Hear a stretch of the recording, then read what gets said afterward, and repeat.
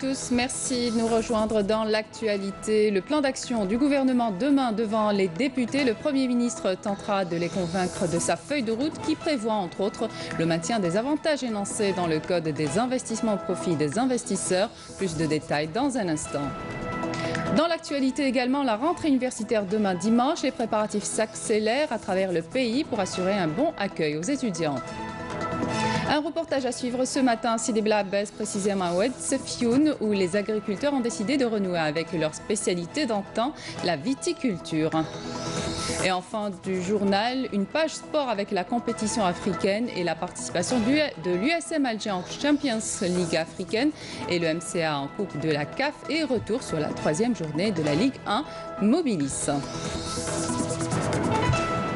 Bienvenue à vous. Le président de la République, Abdelaziz Bouteflika, a adressé un message de félicitations au président mexicain Enrique Peña Nieto à l'occasion de la célébration de la fête nationale de son pays, dans lequel il lui a réitéré avec satisfaction le développement remarquable que connaissent les relations de coopération liant les deux pays. Le chef de l'État a également adressé un message de félicitations au gouverneur général de l'État indépendant de Papouasie, Nouvelle-Guinée, Robert Dada, à l'occasion de la célébration de la fête nationale de son pays, dans lequel il lui a fait part de son attachement à la consolidation des liens d'amitié et de solidarité unissant les deux pays.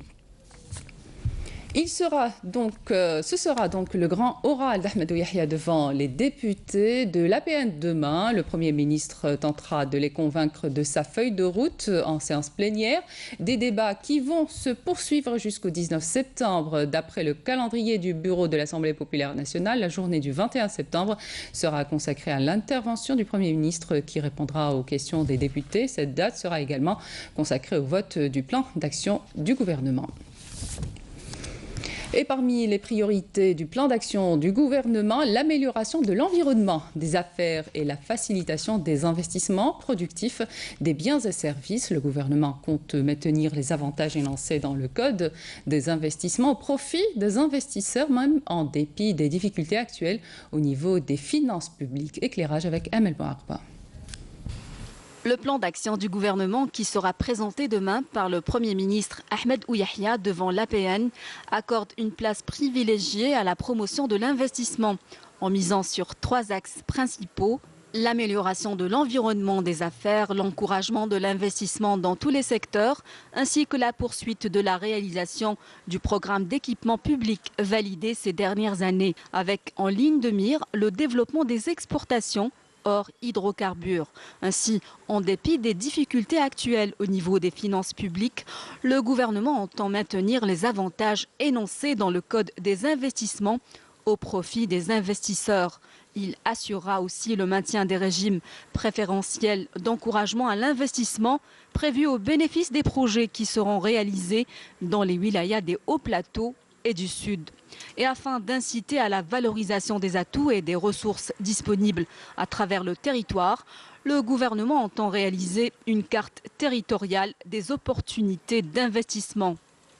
Parallèlement, le plan d'action insiste sur l'extension et la mise à niveau des zones d'activité économique ainsi que la réalisation de 50 nouvelles zones industrielles dans 39 wilayas.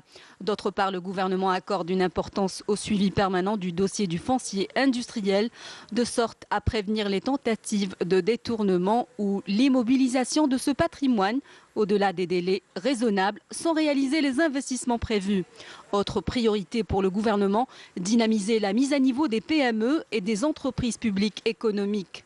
Les pouvoirs publics s'engagent aussi à accompagner les start-up et développer les très petites entreprises nées des dispositifs en SAGE et CNAC déjà affirmés sur le marché.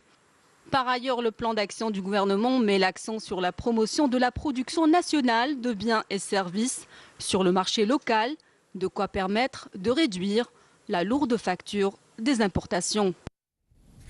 La wilaya de Tiaret est en phase de devenir un pôle industriel par excellence. En témoignent les nombreux projets industriels qui y sont plantés. L'exemple de l'usine Hyundai en est la preuve palpable.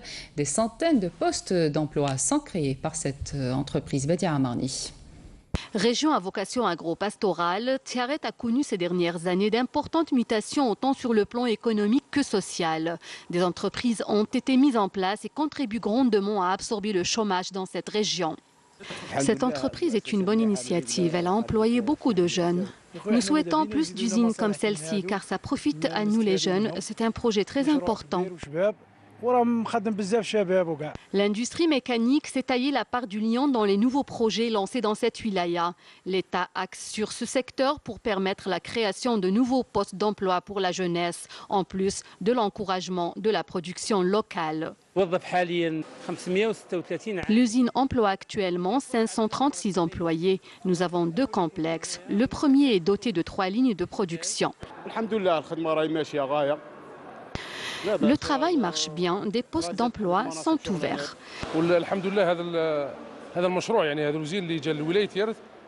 Cette usine est une fierté pour notre wilaya car elle a diminué le chômage. Des partenariats avec des étrangers sont conclus dans ce domaine pour un transfert de technologie et d'expertise à même de mettre à niveau la main-d'œuvre algérienne et de booster la production nationale. Nous sommes très contents de ce partenariat. Nous sommes là pour transférer notre expérience et notre savoir-faire dans ce domaine pour la main-d'œuvre algérienne. Nous ferons en sorte que cette usine soit l'une des meilleures en Afrique. Nous faisons ici l'assemblage des moteurs et près de 55 pièces de rechange.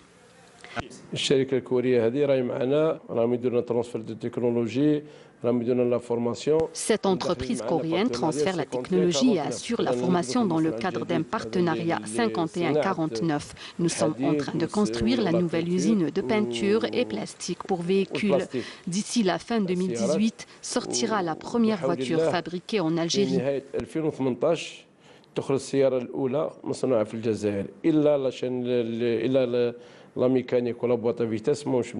Les autorités concernées accordent une importance capitale au développement du tissu industriel et à la création de postes d'emploi permanents pour hisser la région en un pôle industriel par excellence. Entrée des classes en fait ce matin le point sur l'opération de distribution du manuel scolaire, le casse-tête de nombreux parents d'élèves depuis la rentrée officielle dans la wilaya Telwed par exemple. Les livres sont disponibles pour la grande majorité des élèves. Badia Amarni. L'opération de vente et de distribution du manuel scolaire se poursuit à travers les établissements scolaires d'Elwed et ce dans de bonnes conditions. L'opération de distribution du manuel scolaire a été faite à 100%. Nous avons même distribué des livres en plus, à l'exemple des livres des activités destinés aux parents. Pour ce qui est des nouveaux livres édités dans le cadre de la réforme, ils sont environ au nombre de 30. La majorité a été déjà distribuée.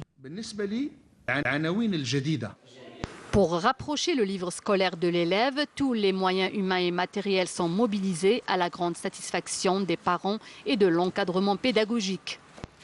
Les manuels scolaires sont disponibles au niveau de toutes les daïras et communes de la wilaya. Les manuels de la nouvelle génération, 2e et 3e année moyenne, viennent de nous parvenir. Nous sommes du collège Benguesha, distant de 150 km du chef-lieu de wilaya.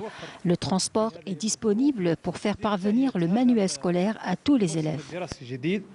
L'opération de distribution de livres a également concerné les couches défavorisées au niveau de toutes les communes de cette wilaya. Rentrée universitaire à présent, elle est prévue pour ce dimanche. Les préparatifs s'accélèrent à travers le pays. Les œuvres universitaires ont mis les bouchées doubles pour assurer un bon accueil aux étudiants, comme est le cas à Oumoul Bouagui et à Ouargla. Camélia Mlel. La prochaine rentrée universitaire s'annonce d'ores et déjà prometteuse à Oumoul Bouagui. Et pour cause, cette ville vient de réceptionner de nouvelles structures pédagogiques à l'image de l'Institut de l'audiovisuel et le Centre d'enseignement intensif des langues. Il sera plus de 50 000 étudiants à découvrir ces nouveaux bâtiments flambant neufs, dotés de toutes les commodités nécessaires pour permettre aux enseignants et aux étudiants de donner le meilleur d'eux-mêmes. Mieux encore, l'université Al-Arbi Ben Mehdi compte introduire de nouvelles spécialités pour renforcer les activités pédagogiques. Cette année, 4 spécialités sont proposées dans le domaine des sciences humaines et sociales, ainsi qu'une autre spécialité de master en droit. En outre, la spécialité de la gestion des programmes internationaux sera suggérée prochainement. La wilaya de Ouargla n'est pas en reste. À l'université Qasdi Merbah, l'heure est aux derniers préparatifs afin d'accueillir comme il se doit la nouvelle année universitaire. Une bibliothèque sera réceptionnée, en plus d'une cité universitaire de 1500 lits. Une réalisation qui épargnera le déplacement aux étudiants de Ouergla vers d'autres wilayas et assouplira à coup sûr les infrastructures d'hébergement estudiantines. Les spécialités introduites cette année ont été adaptées aux spécificités régionales, mais aussi aux besoins du marché du travail, comme la spécialité des énergies renouvelables. Ces réalisations arrivent au moment où le nombre des étudiants est en croissance continue. Aujourd'hui, leur nombre est estimé à plus d'1 million d'étudiants. Sidi Bel Abbès, une région à vocation agro-pastorale où les agriculteurs ont décidé de renouer avec la spécialité de la région, la viticulture. Plusieurs exploitations ont ainsi vu le jour dernièrement. Notre reporter Nejma Harchafe escale à Oued Sefioun, dans le sud de la wilaya, où 52 hectares de vignes sont cultivés. Connu autrefois par son activité agricole, notamment la viticulture, Sidi Bel Abbès retrouve aujourd'hui sa vocation et renoue peu à peu avec sa spécialité d'antan. L'exemple de cette exploitation dans la commune de Sidi El Arbi, située à une vingtaine de kilomètres du chef-lieu de la wilaya. S'étalant sur une superficie de 25 hectares, l'exploitation abrite 29 000 plants de vignes cultivés en super intensif avec un système de pergola. La capacité de production prévue est de 500 quintaux à l'hectare. On a la Musca Italia et on a la Victoria. Deux variétés. Elles sont adaptables à ce climat. Ils ne demandent pas trop d'eau et conformément à la nature du sol. Toujours au sud de la wilaya, dans la commune de Oued Sefioun, un autre périmètre d'arboriculture. 10 000 plants de grenadiers implantés sur 12 hectares, avec une capacité de production de 400 quintaux à l'hectare. La grenadier, c'est le même système. On a utilisé une variété qui est une variété ACO. C'est une variété qui est adaptable à la zone de Oued Sefioun. Outre le système d'irrigation en goutte à goutte, chaque exploitation est dotée de bassins d'eau pouvant contenir chacun 50 000 mm3. Ceci pour une utilisation optimale des ressources en eau, incluant la gestion des risques de sécheresse et de pénurie. Un autre exploit agricole, cette fois-ci à l'ouest de Sidi Bel Abbès, précisément dans la commune de Sidi Ali Ben Youb, une coopérative agricole s'étalant sur 300 hectares. في 200 هكتار كاينه 100 هكتار عنب وال100 هكتار الباقيه ما بين خوخ ومشمش. العنب هذا سيتان نوعيه جديده لسون بيبا. العنب ينتج في القطار من 400 قنطار ل 600 قنطار. الخوخ من 600 حتى ل 800 قنطار. المشمش من 200 قنطار حتى ل 400 قنطار. Des perspectives prometteuses pour ces vastes étendues de plaines de Sidi Bel Abbès, grâce au développement de l'investissement agricole, susceptible d'assurer un décollage économique, contribuant ainsi à la valorisation et à l'exploitation des potentialités de la wilaya en vue de satisfaire les besoins du marché national. Au plan sécuritaire, des détachements de l'armée nationale populaire et des éléments de gendarmerie nationale ont intercepté à Sidi Bel Abbès et à Béchar un contrebandier 57 kg de kif traité. Tandis qu'à Biskra, un détachement de l'armée nationale populaire a saisi 17 000 boîtes de cigarettes et 181 kg de tabac. D'autre part, des éléments de la gendarmerie nationale ont arrêté à Tlemcen 2 personnes et saisi 13 fusils de fabrication artisanale, 31 kg de poudre noire et 1484 cartouches de différents calibres. Par ailleurs, des unités de garde-côte ont déjoué à El Qala une tentative d'émigration clandestine de 14 personnes à bord d'embarcations de construction artisanale, tandis que des détachements de l'ANP ont arrêté 8 immigrants clandestins de différentes nationalités à Inamenas et Botbeji Mukhtar.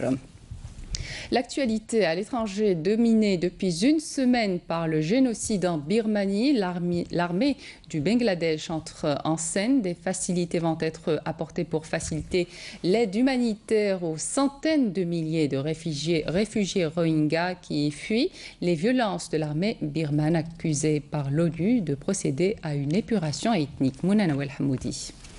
Un trajet périlleux à bord de barques surchargées, transportant des milliers de Rohingyas, fuyant les violences infligées à leur communauté dans les États de Rakhine et l'Arakan en Birmanie. Leurs témoignages mettent au jour des actes d'une incroyable cruauté contre les musulmans de Birmanie. De l'autre côté, la situation humanitaire continue de se détériorer au Bangladesh, étranglé par l'afflux de près de 400 000 Rohingyas. En 3 semaines, s'est constitué au Bangladesh l'un des plus grands camps de réfugiés au monde. À ce stade, l'UNICEF estime que 240 000 enfants Rohingyas, soit 60%, se sont réfugiés au Bangladesh. À Cox's Bazar, où se concentrent les réfugiés, les campements de fortune s'étendent désormais à perte de vue. Ici, les besoins sont sans fin et les gens souffrent de plus en plus, tandis que l'aide internationale peine encore à atteindre l'ensemble des réfugiés. Face à cette situation insoutenable, la communauté internationale se cantonne dans un silence complice. Dans les camps de réfugiés, le risque de propagation des maladies hydriques est de plus en plus croissant. L'Organisation mondiale de la santé a commencé une campagne de vaccination pour les enfants contre la rougeole et la rubéole notamment.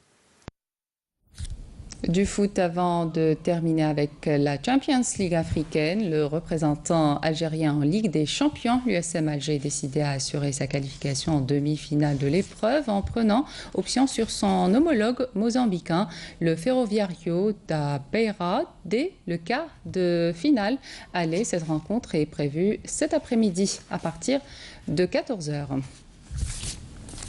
L'auteur d'un début de saison en dents de scie en Ligue 1 mobilise le MC Alger veut réussir son quart de finale aller en Coupe de la Confédération africaine de football face au club africain de Tunis ce soir à 20h45 au stade du 5 juillet à Alger pour se faciliter la tâche lors de la marche retour sortie d'une défaite dans le derby algérois mardi face au CR Belouizzette 2-0 avec une production inquiétante. Les Mouloudiens doivent vite oublier ce revers et se remobiliser s'ils veulent éviter d'hypothéquer leur chance de qualification pour les demi-finales. La manche retour aura lieu le 26 septembre à Tunis. 3e journée du championnat de Ligue 1 mobiliste de football. Le M Médéa a battu l'USM Al-Harraj par 1-0, un but inscrit par Ben Ali à la 59e minute de jeu, alors que la JS Kabylie, le Barado Athletic Club, ont fait match nul, un but partout. L'autre match joué hier a opposé le CS Constantin à l'USM Belabès et a vu les Constantinois prendre le dessus des Belabassiens sur le score d'1-0. Cet après-midi, vous pourrez suivre à 17h sur Canal Algérie le match entre le MC Oran et le Net, alors que sur la A3 et à partir de 17h45 la rencontre qui mettra aux prises l'entente de Sétif à l'US Biskra. C'est la fin de cette édition. Merci de votre attention. Excellent week-end à tous. Au revoir.